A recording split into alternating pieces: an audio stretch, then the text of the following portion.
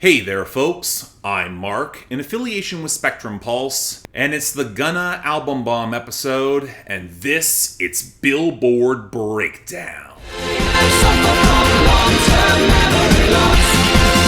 I don't remember. It's been fascinating to watch the discourse around Gunna the past couple of weeks since A Gift and a Curse dropped, and by the time we get to this new Hot 100, the results are not really that surprising. Gunna probably saved his career with this album, even in the face of the star-studded Young Thug project that'll likely impact the charts next week that was set to roll over all of his buzz. Now again, that's going to be impacting the charts next week. Thugger will likely get an album bomb of his own, but I gotta say, Punk didn't exactly do huge numbers on the Hot 100 back in 2021. So to see what's gonna come, that's gonna be fascinating. Of course, none of this really touches on our top 10, where for another godforsaken week, Last Night by Morgan Wallen squatted at the number 1. And at this point, I'm not sure what's knocking him off because the radio is so robust and he's got an ironclad hold on streaming. I'd like to say that Fast Car by Luke Combs can make a run at number 2. It's got better sales and it's right behind Morgan Wallen on streaming and closing that radio margin, but the margin is still pretty large. He's got a ways to go, where for the first time in decades, 2 country songs topped the Hot 100, and yet the gap that's actually between them is pretty large. Then we saw Calm Down by Rima and Selena Gomez rise to number 3. It dominates radio, streaming is stable, so it was more just holding position as Flowers by Miley Cyrus slid down to number 4, which actually has slightly better streaming, but is bleeding radio a little bit quicker than I expected. Then we got All My Life by Lil Durk featuring J. Cole holding at number 5. The radio run is actually there. The question will be if it's fast enough to prop up streaming as that starts fading. And in similar territory, we've got Favorite Song by 2C at number 6, where it seems like the radio has finally stalled out, but its stability on streaming, it's at least holding up there. Next we got Karma by Taylor Swift featuring Ice Spice rising up to number 7. It's on a radio run, but it's definitely slowing down courtesy of some weaker streaming, but it was still enough to ascend past Kill Bill by SZA, which is down to number 8, and it's in free fall, and Creepin' by Metro Boomin, 21 Savage, and The Weeknd at number 9, which is really in the process of burning whatever radio it's got left. But at least it actually has radio compared to Ella Bella Sola by Eslabon Armado and Peso Pluma at number 10, which is here pretty much based on streaming and nothing else. Now this takes us neatly to our losers and our dropouts, where honestly there were not that many of all that significance, all seeming to fall well short of any year-end list position for 2023. Low Down by Lil Baby, Trance by Metro Boomin, Travis Scott and Young Thug, El Gordo Tre El Mando by Chino Pacas, Too Many Nights by Metro Boomin, Don Toliver and Future, Yandel 150 by Yandel and Feid, Bezo by Rauw Alejandro and Rosalia, with probably the most successful of all these songs probably being I Wrote the Book by Morgan Wallen. Now for our losers here,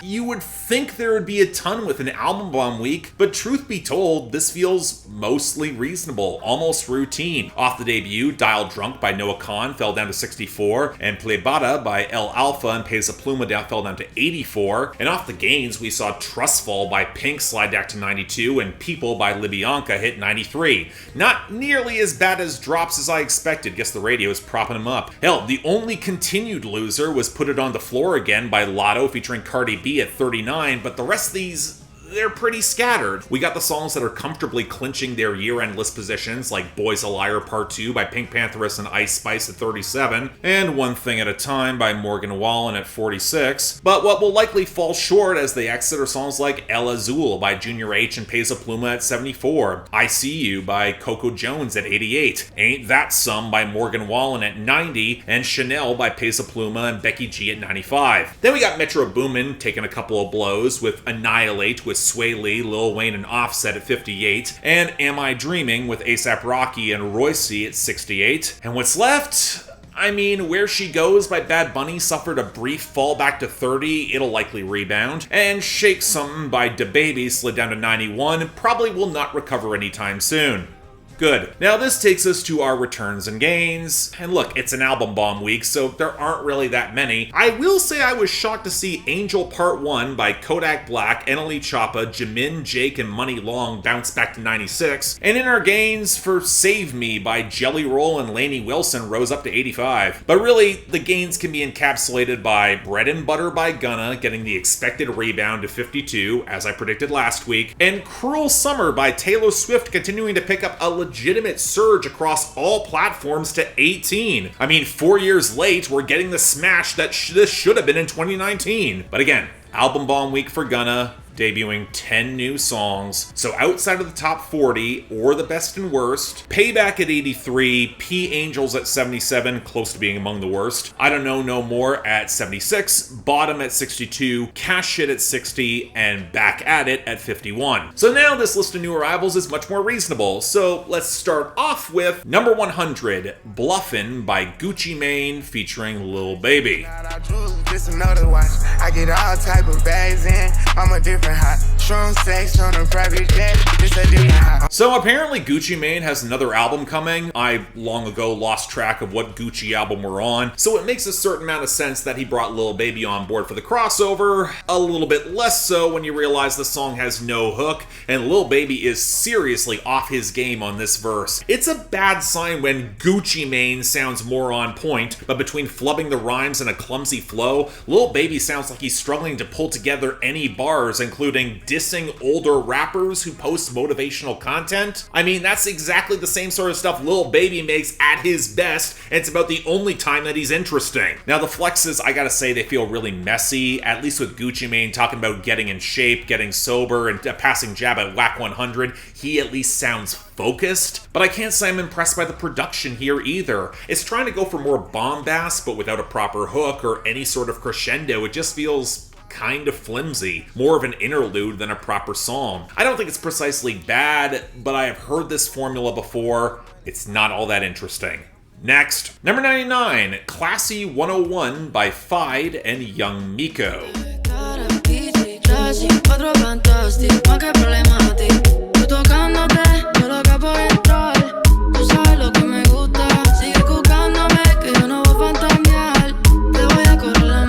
Maybe it's the video essay I did discussing Class a month or so ago, or just residual feelings from Jadena's Classic Man from 2015, but I just get this odd sinking feeling whenever someone talks up being classy in a form like this, even if it's all going to be in Spanish here for your stock reggaeton clunker. I'm a little bit less familiar with Young Miko. Her hazy, disaffected delivery doesn't really match Feid's energy at all, even if they both showcase a lot of horny energy in hooking up with this girl that they're both interested on this song. But I'm more distracted by how loud and clipping this percussion is against the vocals, with the melodies just this murky warble at the back of the mix. I guess if I were to be a little more positive, there are more details in the translated lyrics that paint more of a picture of this woman they're both interested in, but the production really holds this one back. I can't recommend it. Number 97, Girl in Mine by Parmalee. That picture in my pocket, on my cell phone when I lock it. It's all you, no lie, baby, you're the only girl in mine. You know, the past couple of years, even with Nashville radio being the incestuous cesspool that it is, I'm left wondering who is seeking out more songs from Parmalee, in this case a track from nearly a year ago that's only charting now. I saw folks comparing this to Boyfriend country era Chase Rice. That's a bad sign. And wow, in between the faint strumming, the snap beat, and the bargain barrel melody, it's really hard not to be reminded of Eyes on You. But what jumps out more to me is probably T-Shirt by Thomas Rhett from back in like 2016, 2017, which at least had a little bit more verve to the song. Yes, we are absolutely scraping the bottom of the barrel here for comparisons, if you can't tell. I will say the hook feels a little bit warmer than your average Parmalee song, but everyone sounds so checked out, it just feels recycled in the worst way possible. I mean, I don't care about this at all, but the reality is, I won't remember this in a day or so. Not good, let's move on. Number 94, Go Crazy by Gunna. Mr. Millions, I'm going crazy. All these killers, I'm going crazy. this deep in it rapping, this life will get crazy. With this deep in it rapping, this life will get crazy. I've realized that the Gunna songs that actually work for me is when he refines his formula, hones in on the emotionally balanced with a little bit more flow. And this is a good example of that. The piano line, the breezy percussion, the crooning over the hook that's not exceptional, honestly makes me wish Rod Wave was doing this instead, but there is enough of a hook that I actually care. Moreover, for a More Money, More Problems track, it actually matters that he acknowledges taking some losses here, that the success isn't really satisfying what he's lost, especially when folks are then dragging his name into the mud, and by the second verse, when he tries to confide in a friend that none of this is really going to save him long term. So you can throw up the whole suffering from success DJ Khaled meme, but I honestly think the angst feels pretty credible here. And as such, you know what? This is a good song. As is number 42, Rodeo Drive by Gunna. You niggas still tipping Caro. She with a P in the leg at the condo. We bout to eat Maggiano. Helping the P out some beaming on narcos. Thinking I should take the Bronco. Okay, if this actually captured the transition from Fuck You Mean, Gunna would handily have the best song on this album. But separated out, it's probably one of my favorites from the project, with a glossier groove balanced out with the fatter rumble of the bass and the sharper trap percussion. Now, the song is absolutely more in Gunna's traditional wheelhouse with all the spending and the flexing, but it's also a more explicit call-out from those who are threatening his buzz across the United States, and those who are lying and saying that he's going to hop from YSL 300 to Atlantic, and those who have been clout chasing off the YSL trial. Glaring straight at DJ Academics here, the sniveling punk-ass bitch that he is, and I don't use terms like that lightly. What I appreciate is that despite the occasional goofy line on this track, saying that he's dressing up like a salad, that stands out, it seems like Gunna gets the gravity of this situation, between referencing the death of Lil Keed and those online who would prefer he go back to jail to cover up some incoherent internet misinformation, when there are folks that he's trying to support and get off the streets right now with this music. As he said on Go Crazy, it can be deeper than rap. So yeah, it's a good song too. I'll take it. Number 31, Attention by Doja Cat.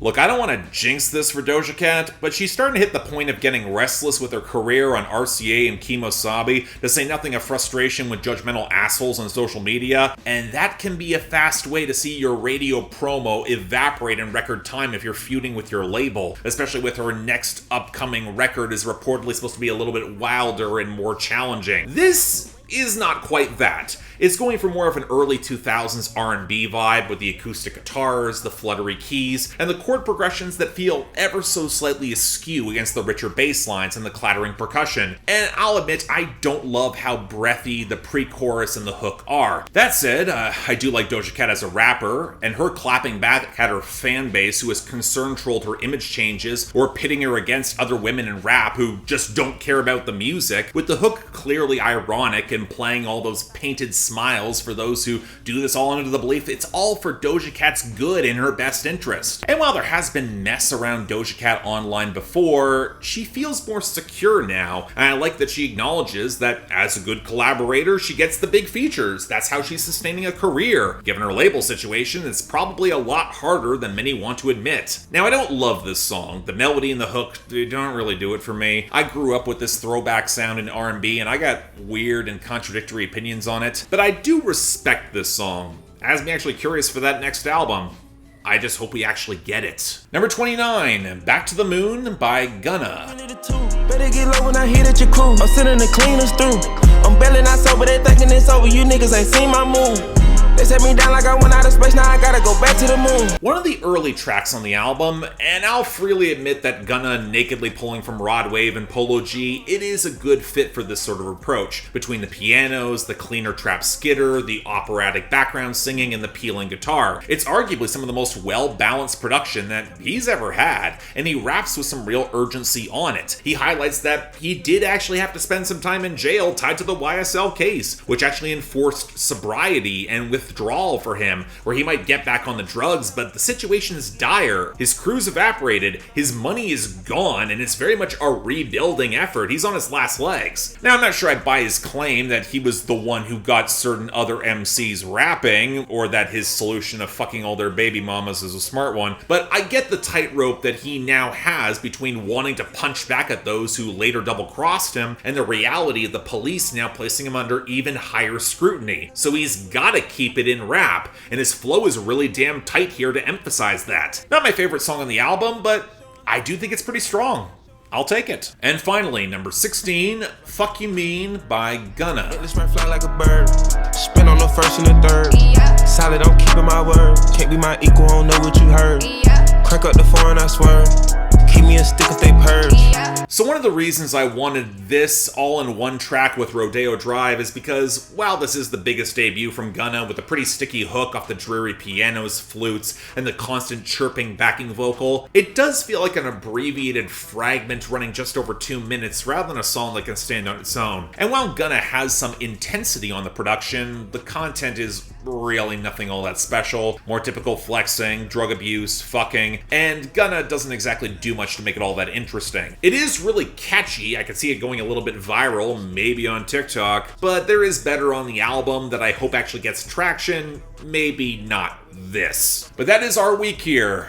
And for the first time, I think ever, Gunna is getting both of the top spots, with Rodeo Drive as the best of the week and Go Crazy as the honorable mention. Worst of the week, yeah, Parmalee with Girl in Mine, but dishonorable mention is going to Bluffin by Gucci Mane and Lil Baby. That Lil Baby verse is just a goddamn mess. It sinks the entire track, and I'm getting the feeling that his time in the spotlight is starting to wind down, especially with verses this rough. Hell, I was thinking that as early as last year. Next week, I mean, we'll see what Young Thug brings, but Pesa Pluma is also going to be competitive here. Let's just hope we get none of that Coil Ray album, in which all of her worst tendencies are really manifested. The less all of y'all know about that, the better. But until then, I'm Mark. You're watching Billboard Breakdown, affiliated with Spectrum Pulse. And I'll see you next time.